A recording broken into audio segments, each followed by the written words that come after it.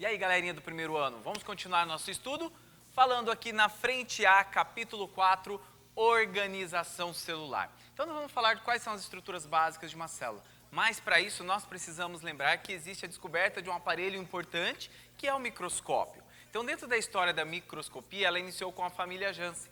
E essa família Janssen eram produtores de óculos, tá? Mas produziram o primeiro equipamento de ampliação de imagem, considerado o primeiro microscópio. Depois utilizado por Robert Hooke. E o Robert Hooke começou a observar células, na verdade tecidos, e ele percebeu que existia estruturas quadradas, semelhante às células de prisão, que denominou o nome célula. Então foi ele que determinou essa presença, dessa denominação dessa estrutura que é a célula.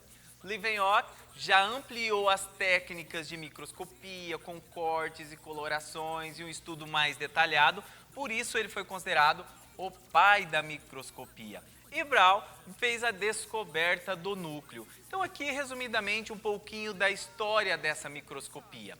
E aqui eu fiz um esqueminha de um microscópio óptico ocular monocular simples, né?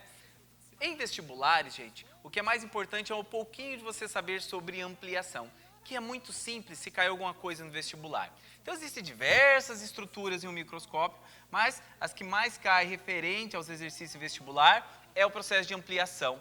E aqui nós temos onde nós colocamos os olhos e aonde a luz passa para que forme a imagem. Então, nós temos a lente ocular e a lente objetiva. Para sabermos a ampliação, basta multiplicar o valor da ocular vezes a objetiva. Assim você sabe o tanto que estará aumentando a imagem daquele objeto que você quer observar. Tá? E aí nós temos dois caras, Schleiden e Schwann, que criou a teoria celular. Diz que todo organismo deve ter célula e uma célula só pode se originar de outra célula. E as células possuem unidades básicas. Quais são as estruturas básicas que todo ser vivo que tem uma célula deve ter?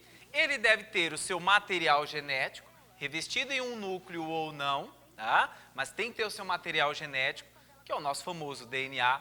Tem que ter um revestimento externo, no caso aqui eu tenho a membrana plasmática, que é comum em todo ser vivo.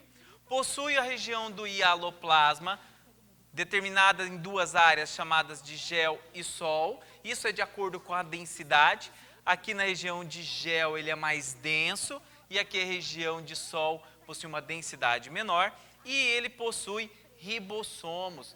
Todo ser vivo tem que possuir essa organela capaz de realizar síntese proteica. Então, unidades básicas de uma célula: material genético, o revestimento com a membrana plasmática, deve-se ter a sua parte líquida gelatinosa, onde permite as reações químicas, que é o hialoplasma, e deve ter ribossomos. Tranquilo?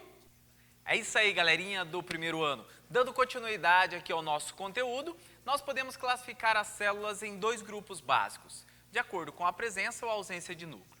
Existem as células que são procarióticas, são células que não possuem o núcleo definido, e existem as células eucarióticas, que são as que possuem núcleo definido, ou seja, possuem a famosa carioteca.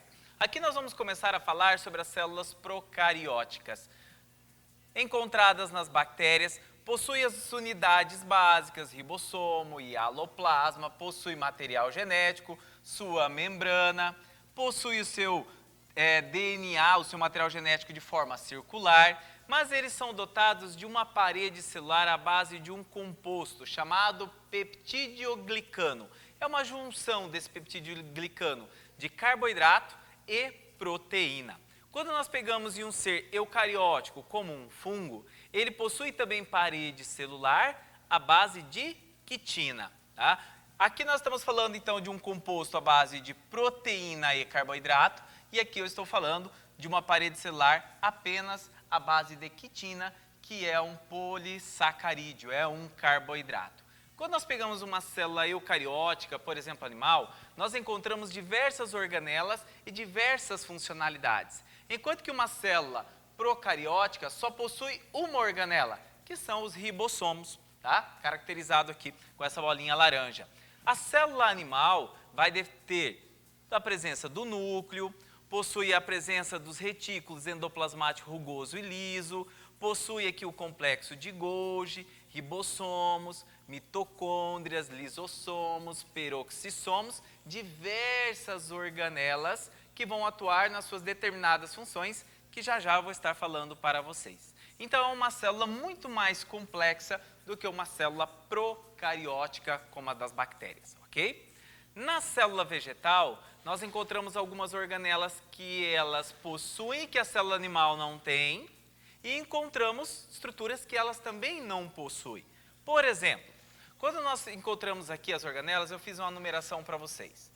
Aqui nós encontramos a organela como ribossomos, complexo de Golgi, mitocôndria, possui os retículo endoplasmático rugoso, retículo liso, mas não possui, por exemplo, os centríolos, que vão participar da divisão celular. Célula vegetal não possui centríolos. Também não vão possuir o quê? Está faltando aqui os lisossomos, também não encontra essa estrutura. Mas elas possuem duas organelas que a célula animal não possui, como por exemplo aqui o cloroplasto e o vacúolo. Tá? Então essas organelas, cloroplasto e o vacúolo de armazenamento, fazem parte exclusivamente aqui dos vegetais. E aqui eu coloquei algumas funcionalidades então dessas organelas. Ribossomo faz a síntese proteica, produz proteína. Retículos, que pode ser o liso, faz a síntese de lipídio, porque ela não tem ribossomo, então ela vai sintetizar lipídio. Tem o rugoso, que sintetiza proteína. O complexo de Golgi é aquela organela que consegue armazenar e transportar substâncias para fora da célula. Mitocôndria, gerar ATP, ele está se referindo em gerar energia para a célula. E lembre disso, a planta ela faz fotossíntese, mas gerar a sua energia em ATP é através desta mitocôndria. Peroxissomos realiza um processo chamado catalase. O que é essa catalase? Converter a água oxigenada em água e oxigênio. Lisossomos realiza o processo de digestão intracelular. Centríolos, que nós já falamos que os vegetais não possuem, participam do processo de divisão celular. E aqui as duas organelas exclusivas dos vegetais, cloroplasto, que realiza o processo de fotossíntese, e o vacúolo, que armazena a substância, principalmente água. Aqui nós também temos destaque na parede celular dos vegetais. Parede celular dos vegetais também é a base de um polissacarídeo, que é a celulose. Tá? Então, nesse capítulo, a gente deu uma abrangência, falando de funções de algumas organelas e estruturas básicas das células procarióticas e das células eucarióticas. Beleza, galera?